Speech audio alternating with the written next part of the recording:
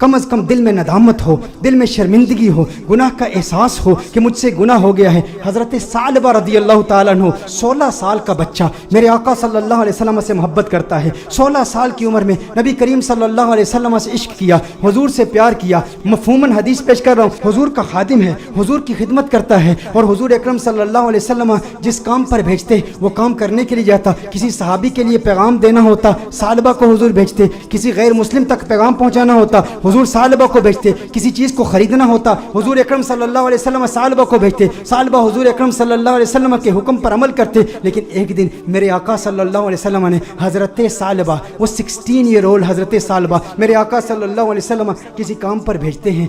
आधे दिन का काम था लेकिन बहुत वक्त हो गया, सालबा वापस नहीं आए। सालबा कहाँ गए? जब वापस आ रहे थे तो देखा कि एक हम्माम है, उस हम्माम में एक औरत नहा रही है, एक पर्दा लटका हुआ है, हवा का तेज़ झोंका आता है, पर्दा उठता है, उनकी नज़र उस औरत पर पड़ जाती है। उनके दिल में कुछ रग़बत हुई, कुछ मैलान हुआ, दिल में ख़याल आया, है सालबा दूसरी नज़र तो हराम है लेकिन आज तूने किया क्या? आज तूने इस औरत को देख लिया, ये औरत नहा रही थी, तूने इस हालत में देख लिया। तेरा दावा ये है कि तू हुजूर अकरम सल्लल्लाहु अलैहि वसल्लम का ग़ुलाम है। इतनी कम उम्री में अल्लाह जल्ला व अला ने तुझे इतना बड़ा मकाम दिया, इतनी बुलंदी दी। दुनिया तुझे खादिम मुस्तफ़ा कहती है, दुनिया तुझे हुजूर अकरम सल्लल्लाहु अलैहि वसल्लम का सहाबी कहती है। हुजूर का खिदमत गुजार होके इस औरत को तूने देखा। सालबा पर रिक्कत तारी हो गई, इस कदर रोए, चेहरा आंसुओं से भीग गया। सालबा रोते हुए अपने आप से ये कहते हैं, हो ना हो मेरे आका सल्लल्लाहु अलैहि वसल्लम पर ये वही नाजिल हो चुकी होगी, अल्लाह ने कलाम किया होगा कि सालबा मुनाफिक हो गया है। हुजूर अकरम सल्लल्लाहु अलैहि वसल्लम की खिदमत में रहने वाला और इस तरह इस औरत को देख लिया, अल्लाह जल्ला व अला की वही आ चुकी होगी, किस मुंह से हुजूर की बारगाह में जाऊंगा? है सालबा अब तू इस बात का हकदार नहीं कि तू हुजूर की बारगाह में जाए। उस 16 साल के बच्चे के जहनी ख्यालात और उसके जहनी इर्तिका को ज़रा चश्मे तसव्वुर से देखें, तख़य्युल बांधें कि उसको अल्लाह जल्ला व अला ने कितनी फिरासत दी, किस कदर नदामत, शर्मिंदगी, शर्मसारी की कैफियत उसके दिल में पैदा हुई। ये शर्मसारी की कैफियत कि हमारे दिल में भी है, हम इंसान हैं, गुनाह इंसान से हो जाता है, लेकिन गुनाह के बाद हमारा रिएक्शन क्या होता है? हम क्या ढीठ हो जाते हैं? एक गुनाह हो तो उसके बाद 10-10 गुनाह करते हैं। घर में तन्हाई में पोर्नोग्राफी देखने वाले भी इस बात पर गौर करें, औरतों से बातें करने वाले भी इस बात पर गौर करें कि जिसके दिल में डर हो, जिसके दिल में खौफ हो, जिसे हुजूर का कुर्ब मिला हो, उसके दिल की कैफियत कैसे बदलती हैं। सालबा रज़ी अल्लाह ताला अन्हु रो रहे हैं, उन पर रिक्कत तारी है, हुजूर की बारगाह में हाजिर नहीं होते। सालबा कहाँ जाते हैं? पहाड़ पर जाके इबादत करते हैं, अल्लाह को याद करते हैं, रोते हैं। अब नबी करीम सल्लल्लाहु अलैहि वसल्लम ने नमाज पढ़ाई, सलाम फेरने के बाद अपने सहाबा से हुजूर ने खिताब किया, है सहाबा सालबा कहाँ है? एक काम पर भेजा था। सहाबा अर्ज करते हैं, या रसूल अल्लाह सल्लल्लाहु अलैहि वसल्लम सालबा तो आधे दिन का काम था, अभी तक वापस आए नहीं, अभी वापस पहुँचे नहीं। नबी करीम सल्लल्लाहु अलैहि वसल्लम ने इरशाद फरमाया, तुम जाओ सालबा को तलाश करो। एक हफ्ता गुजर गया, सालबा नहीं मिल रहे, लोग सालबा रज़ी अल्लाह ताला अन्हु को तलाश कर रहे हैं। दूसरा हफ्ता गुजर गया, तीसरा हफ्ता गुजर गया। मेरे आका सल्लल्लाहु अलैहि वसल्लम ने हज़रत फारूक आज़म रज़ी अल्लाह ताला अन्हु और हज़रत सलमान फारसी रज़ी अल्लाह ताला अन्हु जैसे जलीलुल क़द्र सहाबा का इंतखाब किया, कहा तुम जाओ उसे तलाश करो। मेरे आका सल्लल्लाहु अलैहि वसल्लम ने इन सहाबा किराम अलैहिम रिदवान को भेजा। अब ये सहाबा तलाश कर रहे हैं, 40 दिन हो गए, गलियों में तलाश कर रहे हैं, बाज़ारों में तलाश कर रहे हैं, देहातों में तलाश कर रहे हैं। आखिर वो वक्त आया कि जब वो शहर के मज़ाफ़ात तक पहुँच गए, वहाँ पर बुलंद पहाड़ थे। चरवाहों को देखा, उनसे पूछा, कहा इतना कद है, इतनी उम्र है, रंगत ऐसी है, नकूश ऐसे हैं, क्या इस बच्चे को तुमने देखा है? ये बच्चा 40 दिन से गायब है, हमें नहीं मिल रहा। उन्होंने कहा, क्या तुम उस रोने वाले बच्चे का जिक्र करते हो, वो जो रोता बहुत है? कहा क्या मतलब? कहा उस रोने वाले बच्चे का जिक्र करते हो जिस पर हमेशा रिक्कत तारी रहती है? कहा क्या मतलब, कौन सा रोने वाला बच्चा? कहा जो तुमने उसकी डिस्क्रिप्शन बयान की है ना,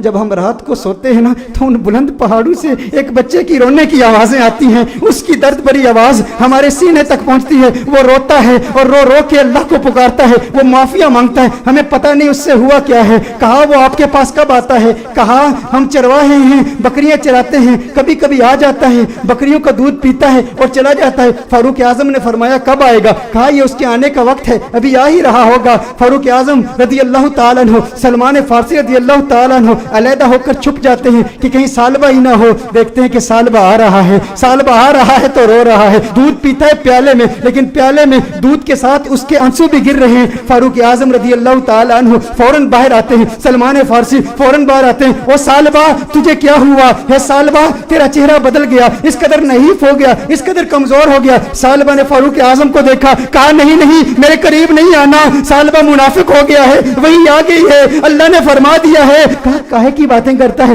کیسی باتیں کرتا ہے. کہا نہیں نہیں, میں اس لائق نہیں کہ تم میرے قریب ہو جاؤ, میں جانتا ہوں حضور تک پیغام آ گیا ہے, میں ڈرتا ہوں. کہا ثعلبہ ہمارے ساتھ ہو. فاروق اعظم نے فرمایا ہمیں حضور کا حکم ہے. ثعلبہ نے بھاگنے کی کوشش کی. کہا کس منہ سے آقا کی بارگاہ میں جاؤں, اس چہرہ بددعا کو بھی دیکھتا ہوں اور ان حسیناؤں کو بھی دیکھتا ہوں. کہا ثعلبہ آقا کا حکم ہے. فاروق اعظم نے فوراً ثعلبہ کو پکڑا, حضور کی بارگاہ میں پیش کرتے ہیں. ثعلبہ کمرے میں جاتے ہیں, اس قدر بیمار ہیں, اس قدر کمزور ہو گئے ہیں, ایک صحت مند بچہ اس قدر کمزور ہو گیا رو رو کے. ثعلبہ رضی اللہ تعالیٰ عنہ 40 دن مسلسل پہاڑوں میں روتے رہے. اب کمزوری کی وجہ سے بیٹھ بھی نہیں سکتے, بستر پر لیٹ جاتے ہیں. اور پھر اس کے بعد میرے آقا صلی اللہ علیہ وسلم کمرے میں تشریف لاتے ہیں.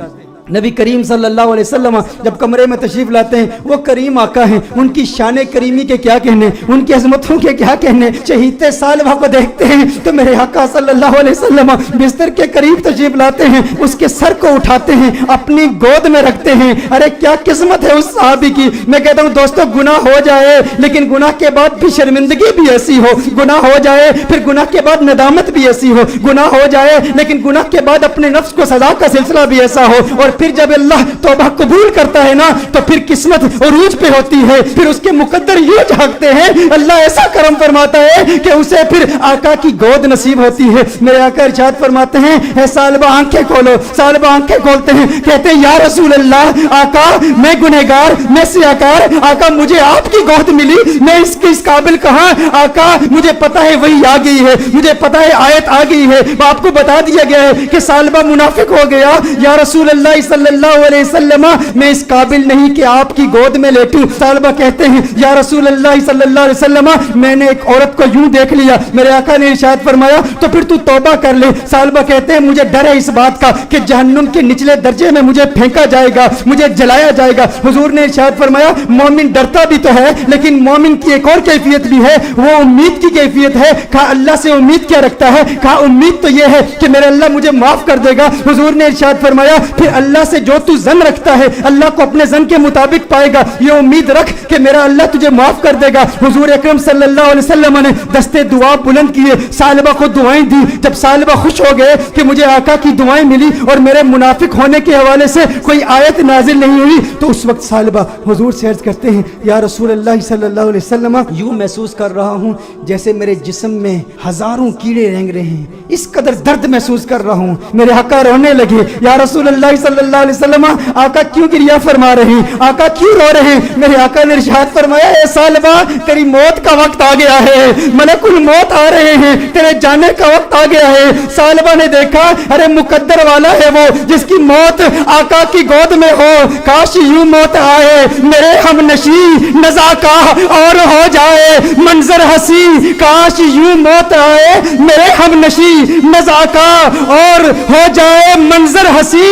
وہ ادھر اپنی زلفیں سوارا کرے اور ادھر دم ہمارا نکلتا رہے. ارے کیسا قسمت والا ہے. آقا کی گود میں ثعلبہ کی موت واقع ہو گئی, ثعلبہ کی روح قفس انصری سے پرواز کر گئی. میرے دوستو یہی پیغام ہے, اگر چاہتے ہو آقا کا کرم ملے تو آج میلاد کی محفل کا یہ پیغام لے جاؤ کہ غم کا ایک سبب گناہ بھی ہے. اگر تم گناہوں سے توبہ کرو گے ڈپریشن ختم ہو جائے گی, حضور کا پیار ملے گا, حضور کی محبت ملے گی, حضور کا عشق ملے گا. والدین کو وقت دو, اپنے بچوں کو وقت دو, نمازوں میں استقامت حاصل کرو, گناہ جو کیے ان سے توبہ کرو, جو نمازیں قضا کی ہیں, جو روزے قضا کیے ہیں ان کی قضا عمری کرو, حسن اخلاق سے پیش آؤ. جو رشتہ دار ناراض ہیں صلہ رحمی کے جذبے کے ساتھ ان سے ملاقات کرو, وہ پوچھے کیا ہو گیا ہے, میرے گھر میں آج کیوں آیا ہے, کبھی نہیں آیا. کہا تجھے نہیں پتا کل کنز الہدیٰ میں محفل میلاد ہوئی تھی, آقا کا میلاد ہوا ہے اس لیے آیا ہوں. ارے جس سے مل رہا ہے ویسے تو تیرے چہرے پر 12 بجے ہوتے ہیں, آج مسکرا کیوں رہا ہے, کیوں مسکرا رہا ہوں. کل حضور کی میلاد کی محفل تھی, میلاد ہوئی ہے, میلاد نے مسکرانا سکھا دیا, میلاد نے زندگی گزارنا سکھا دیا, میلاد نے گناہ سے توبہ کرنا سکھا دیا, میلاد نے ڈپریشن سے بچنا سکھا دیا. میرے دوستو آؤ آج دل میں یہ پختہ ارادہ کرو ہم گناہوں سے بچیں گے.